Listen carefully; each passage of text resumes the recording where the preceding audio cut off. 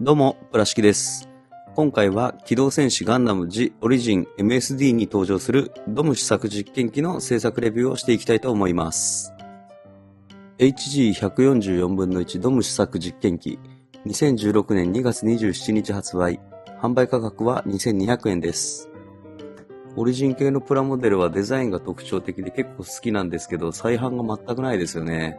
再販が待ち遠しいところです。それでは早速内容物チェックをしたいと思います。内袋が1つ、2つ、3つ、4つ、5つ。説明書。ランナー数は1、2、3、4、5、6、7、8、9、10、11、12、13、ポリキャップにデカール、そして説明書。ランナーはオリジン MSD モビルスーツランナーが使用されているんですが、これ私初めて見るんですけど、他の MSD 系もこれ使われているんですかね。こちらも同じく MSD の1ランナーになります。すべてこのランナーが使われています。このパーツなんかすごくドムらしいパーツですね。こちらのランナーはマニピュレーターや接合部のランナーになるんですが、結構色が渋めでいい感じになってますね。クリアパーツは別ランナーで成形。こちら、物合いの部分のパーツですね。そしてこちらのランナーはビームバズーカのランナーになっています。こちらのランナーは白みがかったクリーム色のランナーですね。こちら太もものパーツなどになっています。そしてこちら動力パイプの方のランナーは柔らかめの素材でできています。こちらはヒートサーベルのランナー、ちょっと素材は硬めです。こちらも赤パーツのランナーになっています。ポリキャップは数は多いですが結構余剰で余ります。マーキング種類に関しては少し薄いので貼るとちょっと透けたりとかしてしまいます。説明書ですが、説明書はカラーと白黒の見開きタイプの説明書。結構細かく中の構造などが載っている説明書になっています。結構いいですね。そしてこのキットはデカールを貼る場所がものすごく多いので、デカールを貼る部分の指示する説明書も中に記載されています。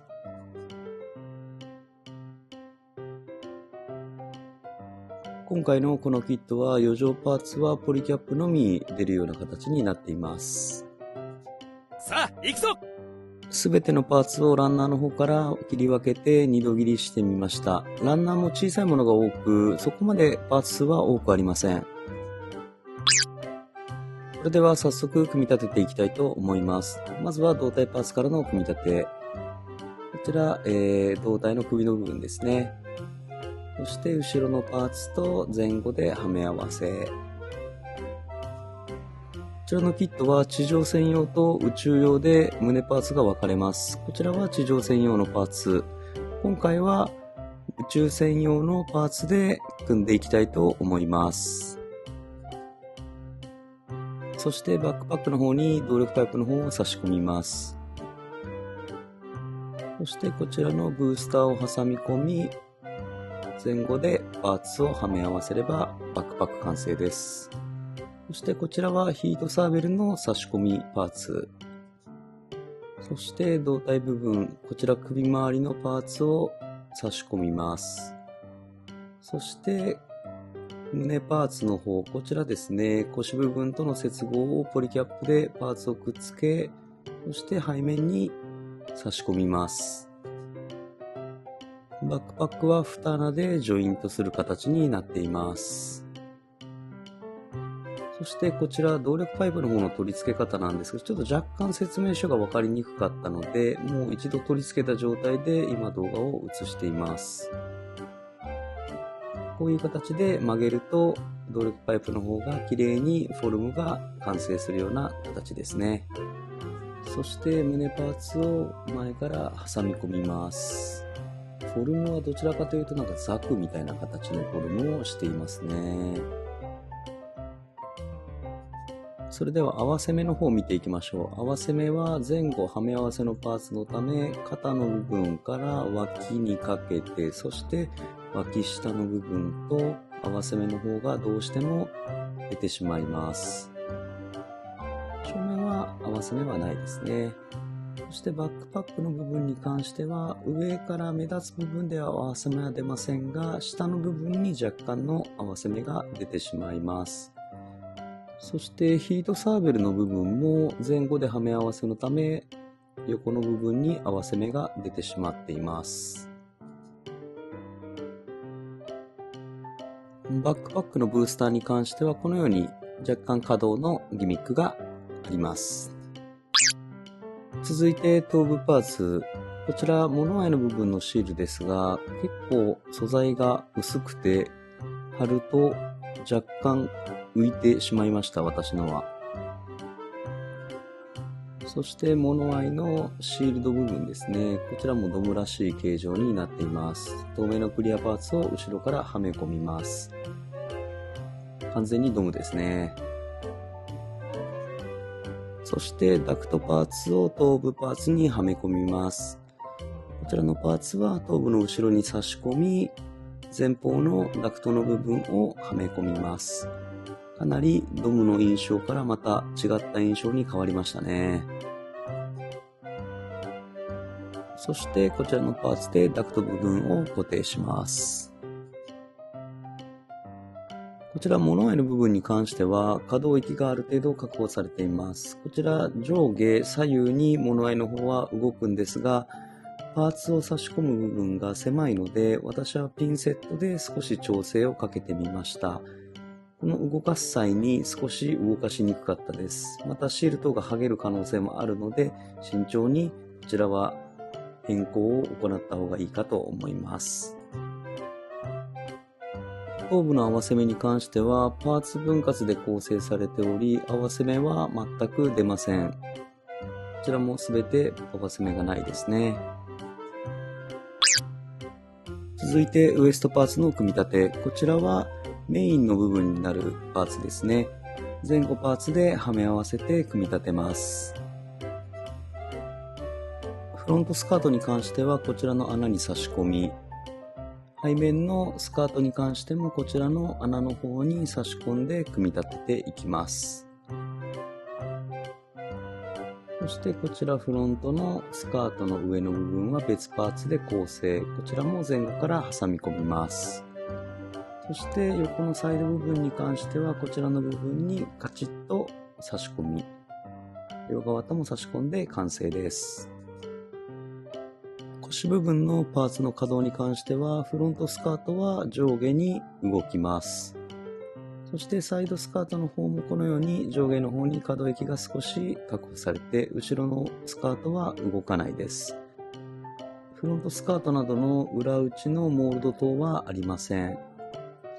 このような形ですね。そしてこちら軸の部分は少し動く可動域の方が設定されています。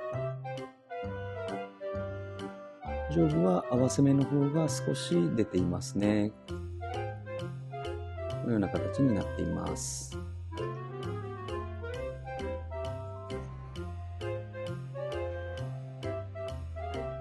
ウエストパーツ底面の部分にもどうしても合わせ目の方がはめ合わせのため出てしまっています。続いて腕部パーツです。こちら肘の部分のパーツ。こちらは肩部分のパーツになっています。前後はめ合わせで構成されています。そしてこちらは一体成形のパーツを上腕部に取り付け、肩アーマーの方とドッキングさせます。前腕部パーツも前後ではめ合わせ、こちらは少し合わせ目が出てしまいますね。そして肘の部分にパーツを差し込みます。こちら前腕部の方は小さいパーツをはめ合わせて構成がされています。この構成でこちらの部分に関しては合わせ目が目立たないようにできています。で、肩アーマー部分は2つのパーツで前後はめ合わせで構成、シンプルな作りになっています。マニピュレーターは2つのパーツで構成されています。こちらに手の甲のパーツをはめ合わせて完成です。シンプルな HG のマニピュレーターの作りですね。こちらをボールジョイントで腕の方に差し込みます。それでは腕部パーツの可動域です。上腕部は360度回ります。そして肘関節は二重関節のためかなり可動域が確保されています。前腕部は回らないですね。マニピュレーターはボールジョイントのため360度回転をします。そして肩アーマーはこのように上下に可動域が確保されています。それでは合わせ目を見ていきたいと思います。前腕部の方に少し合わせ目が出てしまいますが、後ろは出ないですね。このようにパーツはめ合わせのため結構目立つ合わせ目が出ます。上腕部は一体成形のため合わせ目はありません。肩部分に関しては若干この部分に合わせ目が出ます。裏打ちとはありません。そして肩アーマーですが、パーツはめ合わせのためがっつりと合わせ目の方が出てしまいます。それでは胴体部分の方と接続していきたいと思います。ボールジョイントでの接続になっています。このような形ですね。ザクっぽい。かなり肩の関節の可動域はすごいものがありますね。前方の方にものすごく手の方を伸ばすことができます。これはすごいですね。かなり可動域があります。そして水平方向に関してもかなり水平に近い状態まで腕を上げることが可能です。このように胴体部分も可動域を確保できるように動くギミックが搭載されています。頭部パーツを差し込んでいきます。こちらもボールジョイントでの接続になっています。頭部パーツに関しての可動域はかなりこのように邪魔するものがないので360度回転させることも可能です。前後にもかなりこのタイプにしては珍しく動きます。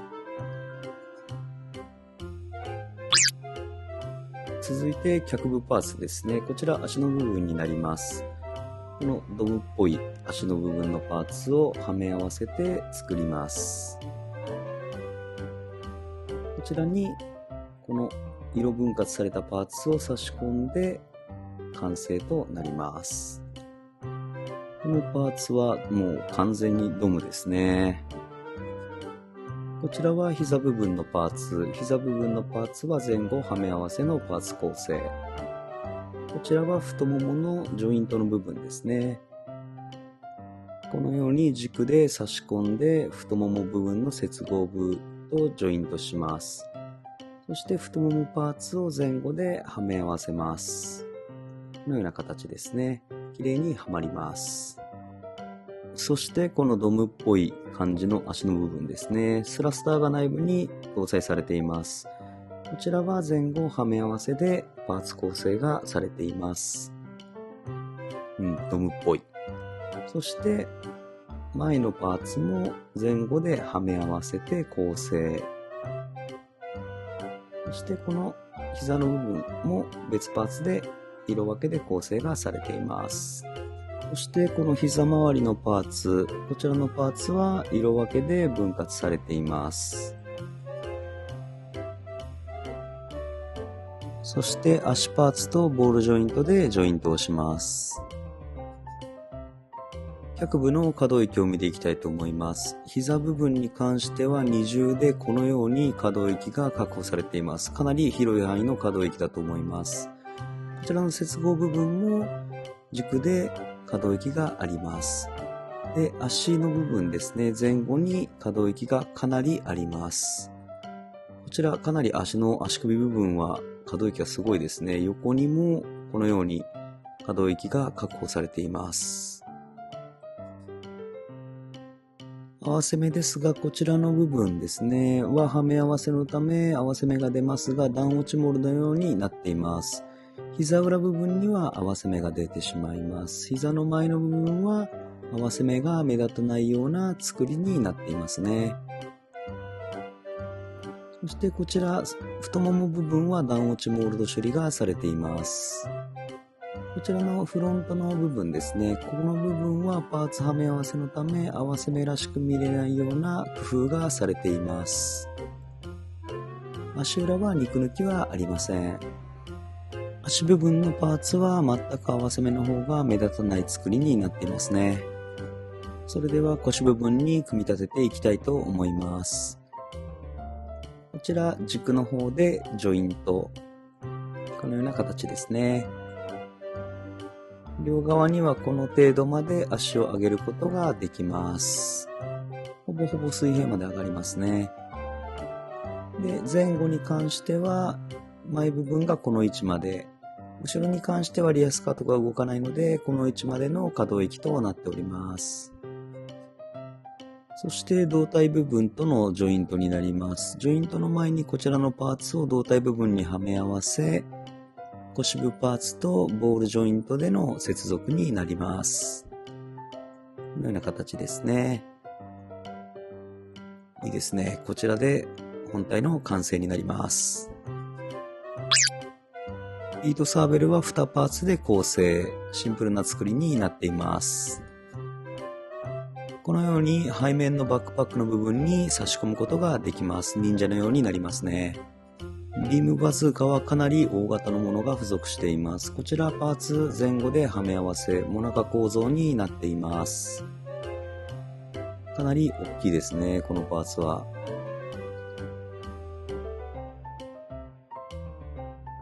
そしてスコープ部分にクリアパーツを差し込みます。こちらをこの接合部パーツにはめ合わせ、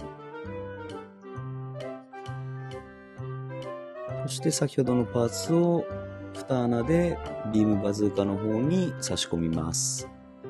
逆側にもこのパーツを差し込んでビームバズーカの完成です。合わせ目ですがモナカ構造のためどうしてもこのように大きな合わせ目が出てしまいます。裏面も同じく合わせ目がどうしても出てしまいますね。特に段落ちなどの処理はされていませんね。そしてこのスコープ部分の接合部パーツの方にも前後で合わせ目が出てしまいます。ただこのビームバズーカかなり大型で迫力があります。握り手以外のマニピュレーターですが、武器持ち手マニピュレーターと平手が付属しています。平手は嬉しいですね。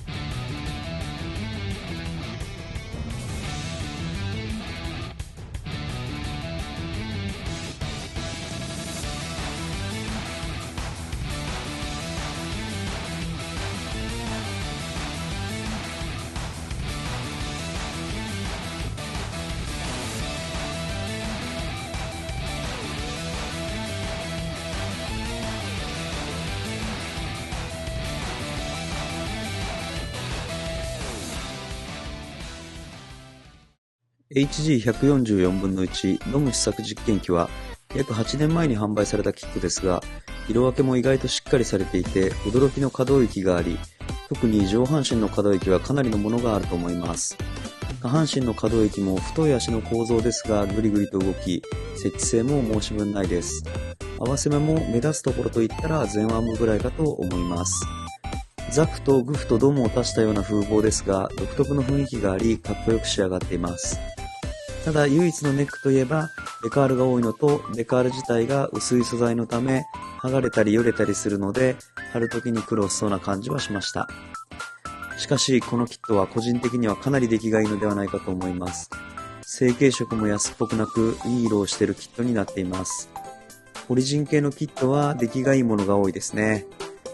再販が最近全くないので再販が待たれます。それでは今回はこの辺で。今回もご視聴ありがとうございました。